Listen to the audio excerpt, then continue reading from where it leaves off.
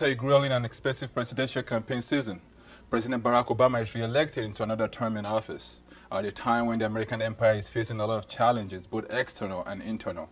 I'm your host, Pelumi Olatinpo, and with me for a conversation on America is Jackson Mvunganyi, host of UpfrontAfrica, TMS Ruge of Project Diaspora, and Adewale Sogunro, the writer. Gentlemen, thanks for coming to the table. Thanks for having us. Thanks for having us. So, did anybody project Mitt Romney as the winner of this election?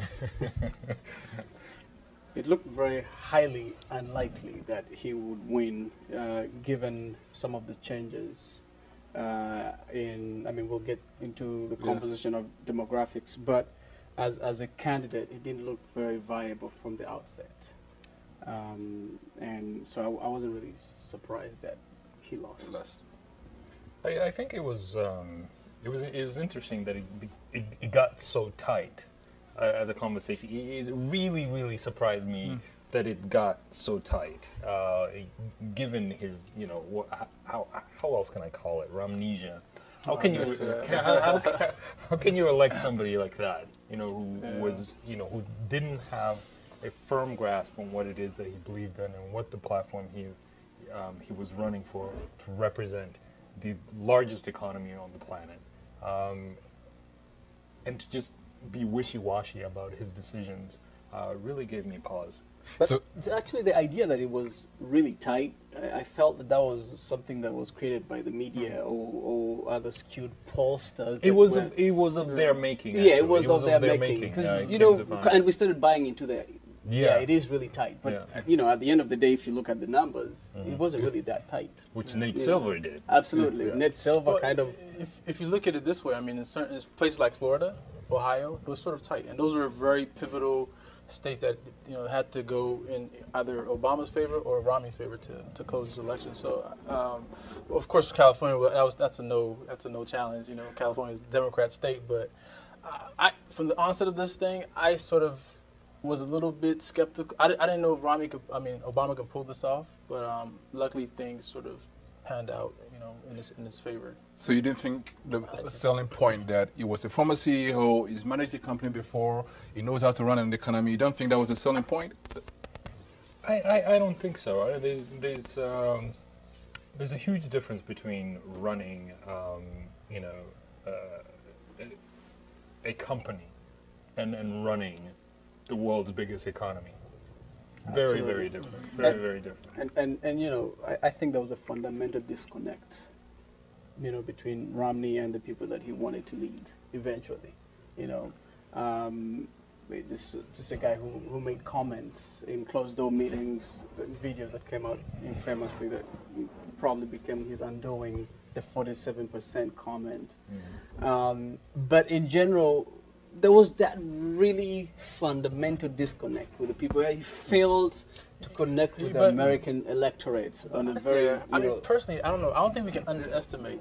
In hindsight, it's easy to say these things, but for me, I was really, really just scared and sweating. I was like, can this guy really pull it off? Because some things stood in his favor. The economy was sort of not in a positive light for the people, and he played on that. He played on that, on the weakness of Obama at the time. But unfortunately, the employment numbers started going down. The economy started improving. The housing market is actually going in a steady pace upward. So I didn't underestimate Romney due to the climate of America, the economic situation, which he played very well to. And you see his followers. I was amazed. I was baffled. I was like, wow, people are actually buying into this guy. One of the things that I'm always surprised by, when the discussion gets really, really heated, is the fact that there seems to be like selective amnesia, or cognitive dissonance, if I can say that. I'm saying everyone expected, everyone is blaming him for the economy, and he did his best that he could under the circumstances, halting the fall of the world's biggest economy within 4 years. That's a massive undertaking as it is, but everybody's thinking, oh, well, you didn't bring it, under 5%, so you're a complete failure. They're expecting too much, too little, and I think there was just too much cognitive dissonance for me with the American public. or at least should I say, not necessarily the American public, but those who wanted to skew the issues to their favor by saying, well, he didn't do this, you know. Nobody could have done that. Absolutely Nobody not. could have Absolutely done that. not. But this was Romney's election to win. It was Obama's to lose. When you look at history and the numbers, the jobs figures were, 8% unemployment. It later during towards the election it fell to 7.8, then to 7.9. But I don't think, and I might be wrong, but I don't think there's been a president who has been re-elected to a second term with such dismal employment figures. Yes. And so Romney came in riding high on that, and he's having been a CEO, a governor who claimed to have created jobs, and I'm sorry, with his 5-point program. Which I still don't understand. He actually never said what program it was. He was saying, I don't want to lay out my things out there for, I'm going to wait until I meet the Oval Office, and then you will know. It was a big secret, secret 5-point program. But it was Obama's to lose, and it was Romney's to win. However, I think the GOP did not front a good candidate. Okay. It was not a good field for them. And that's the thing. I think in the long run, I think Obama's, stance, his policies that he's implemented, for instance, the CARE Act, and also the fair, the Fair Gender Pay Act as well. I mean, I think those things, and the immigration laws that he helped pass as well. I think those things came in his favor at the stretch, because the the Latino vote was very heavy, the women vote was very heavy, and those are things that he's done in his legacy in his first term, with laws being passed that were that sought to relieve certain issues. Okay, Jackson, let me ask you this. So definitely, I mean, even from liberals and from conservatives, Obama left a lot on the table that was kind of unaccomplished. So going to this second term, what are your expectations of what can be accomplished, given the kind of gridlock we have in Washington? There's still a lot to be accomplished. I think, like Obama said, and he has a mandate now from the people. And having seen his first, if you watched his first press conference after the re-election a couple of days ago, he came out a different Obama. He's a lot more confident. Exactly. He's a lot more presidential, as I say. Decisive. It's a very different president. Yeah. And they say when the president takes, during his first term, he's trying to rerun. It's basically the whole first time is him trying to seek re-election. Now that he has the presidency for the next 4 years, it's time to act, to work, and not to take away from the fact that he passed some really landmark, legislations during his first term, like the Obamacare, the Affordable Care Act. We should call it what it is. Okay. But that immigration. So I expect him to work on some of the things that were gridlocked this time, and when during the press conference, you felt like he was calling on for the American people to pressure their leaders, the elected leaders in Congress, both in the House and in the Senate, to find a middle ground. Right now, the biggest issue is the fiscal cliff, and everybody's watching to see how those negotiations will go, and that will kind of set ground on how the next 4 years will be in terms of trying to fix some of the bigger issues. And I think also, for over these next few years, he's also looking at his legacy and say, what will I be remembered for? I mean, Clinton had, the surplus that, pretty much everybody gives him credit for. But then for Obama, you have Obamacare, but now can you really make another dent into this, fiscal crisis that we have, the unemployment rate, and really proving to the world that you are right when you in your original inauguration speech where you said we have a lot of work to do. Now can you actually deliver? You had you did something in 4 years. Can you actually do what you said you were going to really do after 8 years? Will your legacy say yes, job well done? or are you going to be like Bush and And, mission and- accomplished, but the mission There was no really mission. wasn't accomplished. No, Yeah. but again, to be honest with you, for me, if in the next 4 years President Obama sits back and chills and does nothing, I will always remember. And this is very personal. Like the Obamacare, the Affordable Care Act was just big and massive. That it will be his legacy. Yeah. And we have not even talked about the Lilly Ledbetter Act, the one that gives women and men equal pay and things of that nature. And so 4 years, it's about now the jobs. How do you deliver on the jobs? Exactly. And those are some of the challenges that sometimes have geopolitical implications. We have China at the corner, on the other end of the world that also is growing at a very fast pace. How is the U.S. going to navigate this really new more like murky waters? reinvent itself. Yes, absolutely, reinventing itself. We definitely need to reinvent. I mean, one of the problems that conservatives had with President Obama in his first term was that, they felt like he did not really reach across the aisle to engage Republicans. Like, for example, now, in the passage of the Affordable Care Act, in the Obamacare, it was strictly along party lines. I mean, a lot of, there was a time when they always had what they call it the big bargain, tax cuts versus spending. The grand bargain. The grand bargain. How much of a leadership in that regard do we expect from President Obama in this second term? Are we going to see some key legislations on which we're going to have Republican votes? I beg to differ. I think you mentioned I always saw Obama as someone who reached across the aisles, who tried to be, who tried to compromise, maybe a little bit too much. But at the moment, I think the Republicans are in a situation where they have no say, basically. I mean, the people have spoken. The people want these changes. I mean, the deregulations of the past, I mean, these are things that Obama put a tight knit on. Regulate Wall Street. I mean, that's why people voted for Obama. They want these changes. So, overall, I think, Obama is a very comfortable situation. I mean, like you said earlier, he's presidential now. I see he has a different swagger to him, a different tone. And it's all about having things being done. And I think, in the House of Reps, the Republicans, they need to worry about their re-election term in 2 years. So they have to compromise. They have to come to the table and bargain and settle these things. Not only that, I think they have to worry about 2016.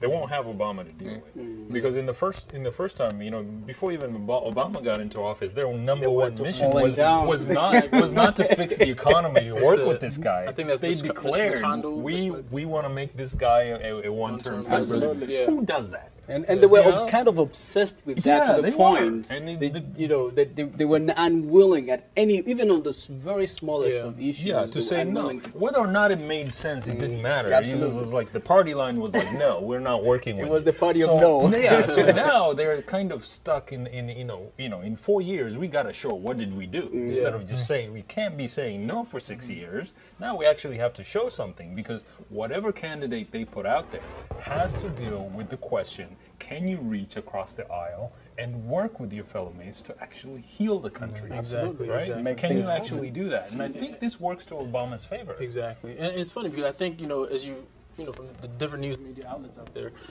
it's seeming that the Republicans are a little bit out of touch with reality right now.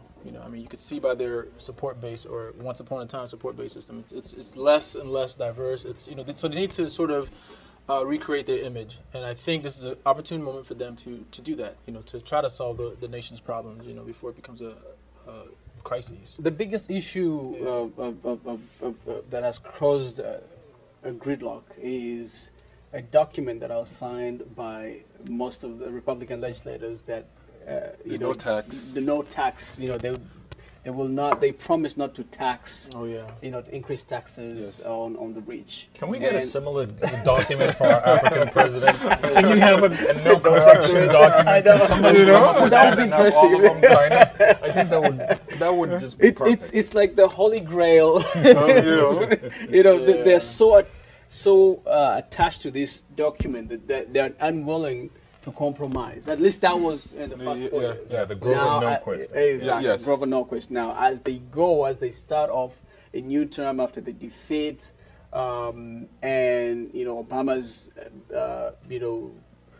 thing right now is we're going to have to find a compromise. Yes. And one of the biggest for you is now that you have to come to the table willing to disown that document, and basically think about your base, the rich guys, taxing them a little more, and less on. Otherwise, the middle class is being affected.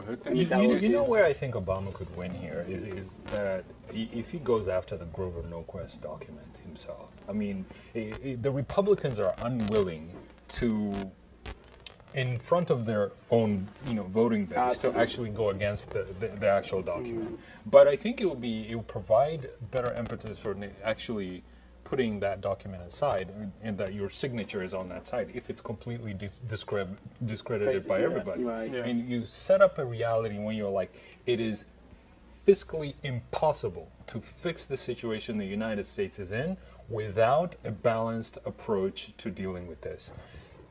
Certainly, you want to cut back on government services. That's fine. But eventually, that's just cutting back now. How do you pay back all of these back debts that we have? The debts, At a faster rate. But you said cutting back on government services.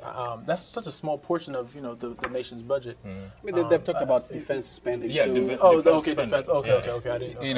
And I can see AFRICOM being taken out of Africa. That would Please. probably I don't think that's going to happen.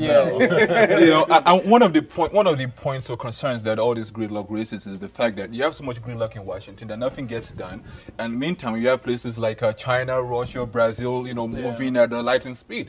That is it possible that America is in decline when it comes to its global power, and there's enemy at the gate, but there's nothing being done to combat that? What do you think, Teddy?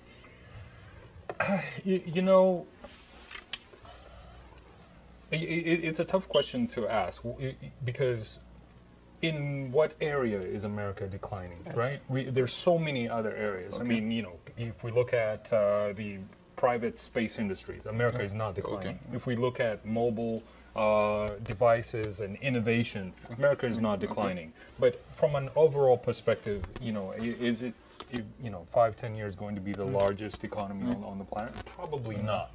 But I don't think there's anything America can do to stop that. What it might need to do, as we were discussing earlier, is redefine its economy. But it's hard to do that with the kind of electorate that we have, with the kind of leadership that is sitting there.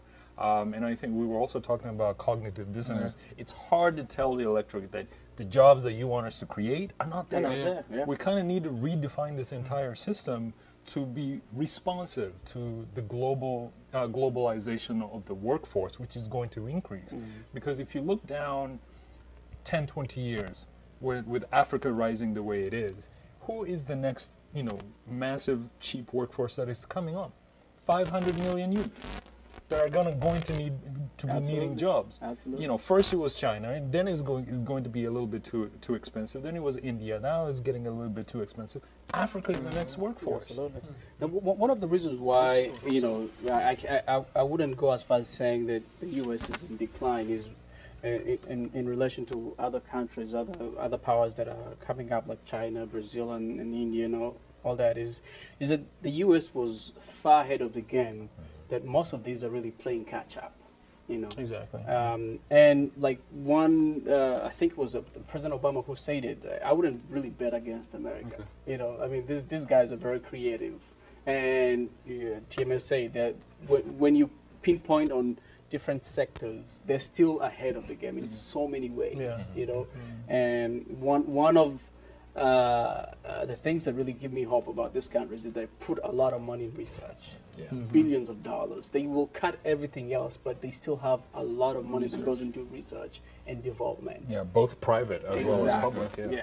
I mean, an argument. Let me ask you this. An argument, I guess some might make to support, to argue America's decline is the fact that now more than ever, especially after the Arab Spring and things of the kind of democracy movements we've seen in the world, that America's influence has decreased, and as a result, America is not as powerful outside of its borders as it once used to be. Can we equate that as a sign of a decline? don't think so. I don't think that's no. I think maybe America's being more cautious. I mean, with Obama in presidency, he's trying to work more through the United Nations. I mean, different international organizations we have in place. Basically, trying to work through a system instead of having America impose its will.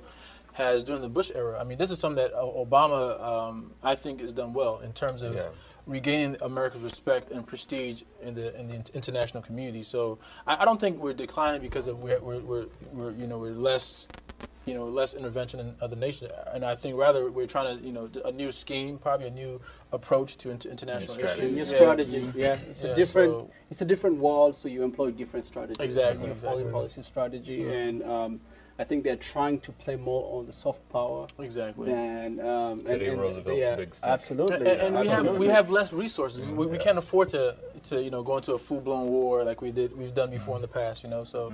And more than anything, I think this actually boosts America's reputation. The fact that a team player and they're trying diplomacy instead of bombing the rain to making the world like them. I mean, recovering from eight years of George Bush and his foreign policy will take about 20 years because it had massive resources that were spent on that are still being spent.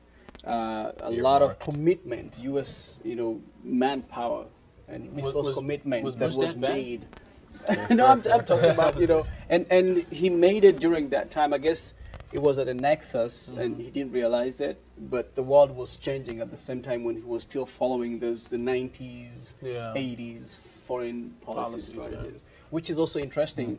When you kind of juxtapose it with Mitt Romney, because when Mitt Romney during the elections, he said that one of the biggest enemy threats to the U.S. is Russia, and Obama made that clip where he said, the 80s cold and they want your policy back. I mean, there used to be a time when the U.S. can, like Bush did, willy-nilly, intervene in other countries. Like, for example, now, when the U.S. has now won the president in place, it can move aggressively with that and get that done. But, for example, now, like, when the civil war in Syria started, Obama came on camera, he said he wants Assad gone. 2 years into the civil war, Assad is still here. I mean, does the presidential, platform has the same heft? The dynamics of that conflict are just too hard for anybody really to grasp, and I think the U.S.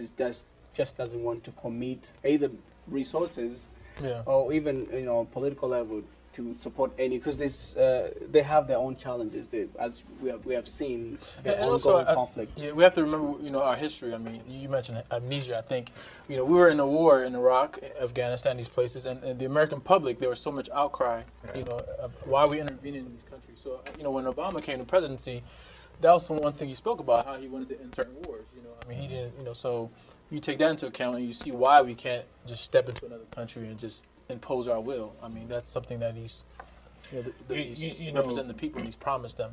It makes you wonder if the United States can ever put the sword back into his sheath. There was once, before Japan woke up the sleeping giant. Sleeping giant, it's never going to actually kind of go back, into the way it is. And it makes me wonder and question: can it really go back and still have an identity?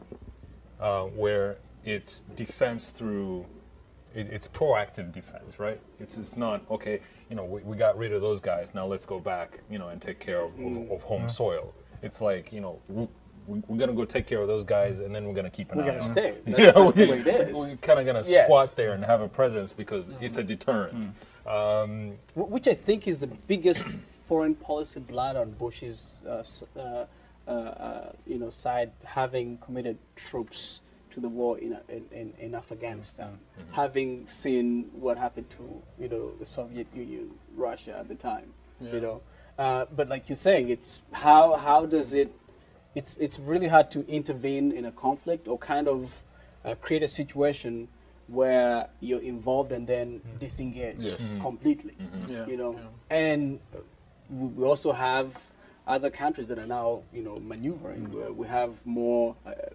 Unlike the 80s or the early 90s, we have more countries that have access to nuclear power. We have countries that are putting billions of dollars in building arsenal. And I think during the first time, the President Obama was talking about how they were trying to. I think that was one of his biggest policy goals. Goals was to try and draw down on some of these arms that are out there. And I don't remember the name of the treaty that they signed or tried to sign. Nuclear proliferation treaty. Yeah, with Russia. Yes. Okay. So let me quickly move to this. Barack Obama is, part of his heritage is Kenya. Given that his father is from Kenya, his mother is from here in the States. Has Africa benefited from having such a man in power that, that has a partly African heritage? I mean, has Africa benefited from an Obama presidency in his first 4 years? Let me ask you, Teddy.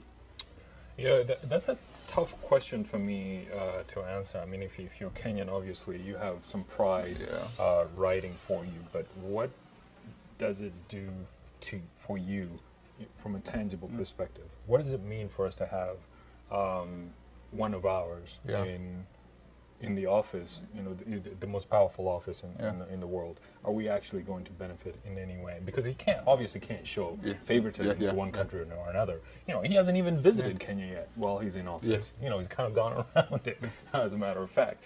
But I think the way that Africa benefits is this new change in policy of engagement. I mean, we saw his new Africa strategy that was released a few months ago, and how that is implemented by the State Department matters.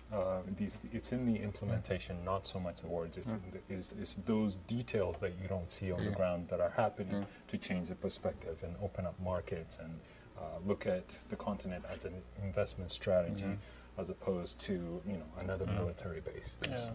When people like to again compare the Bush presidency to the Obama presidency in terms of engaging with the African continent, and they look at big initiatives like PEPFAR, like AGOA, and say Bush did more for the African continent than Obama did in the first 4 years, which honestly I think when the U.S. first of all pursues some of these foreign policy strategies,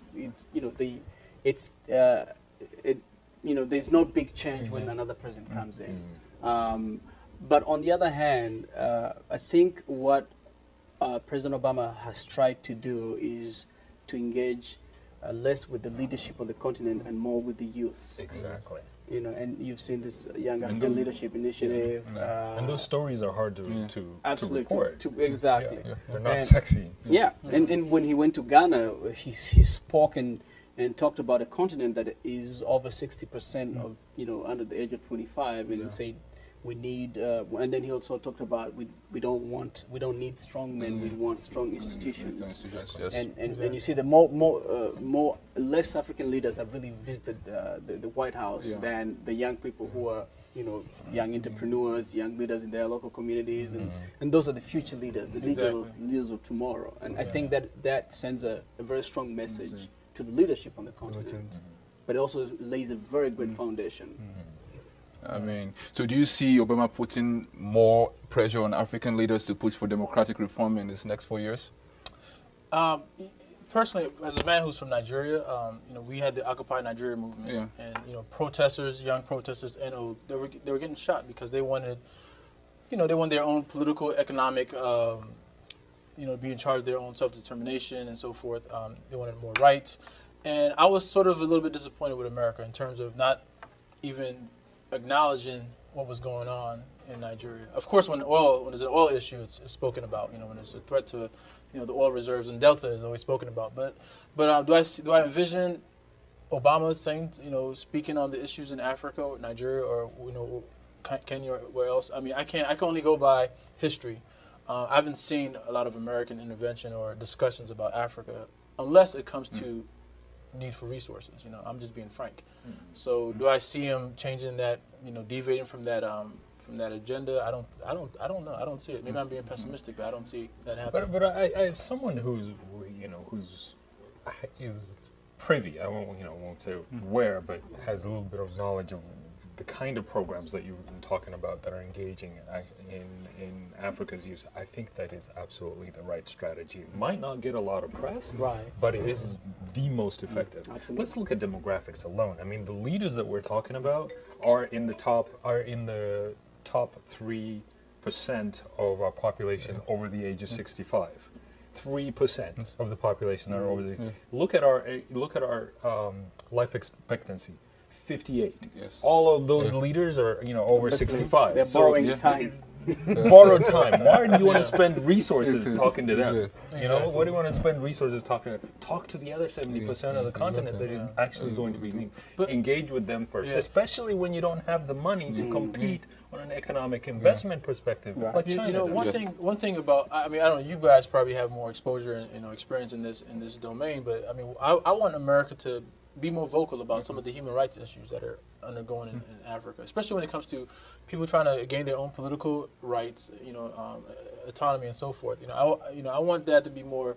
I want America to be more vocal about that, and I don't see that happening too much. I mean, well, someone will tell you that when Mubarak did not want to leave Egypt, the U.S. was vocal. When Gaddafi did not want to leave Libya, U.S. was vocal. I mean, could that count, or that's not enough? What does a statement do? And during all that time, every other day they were releasing it. We strongly condemn. We strongly condemn. And what does that do?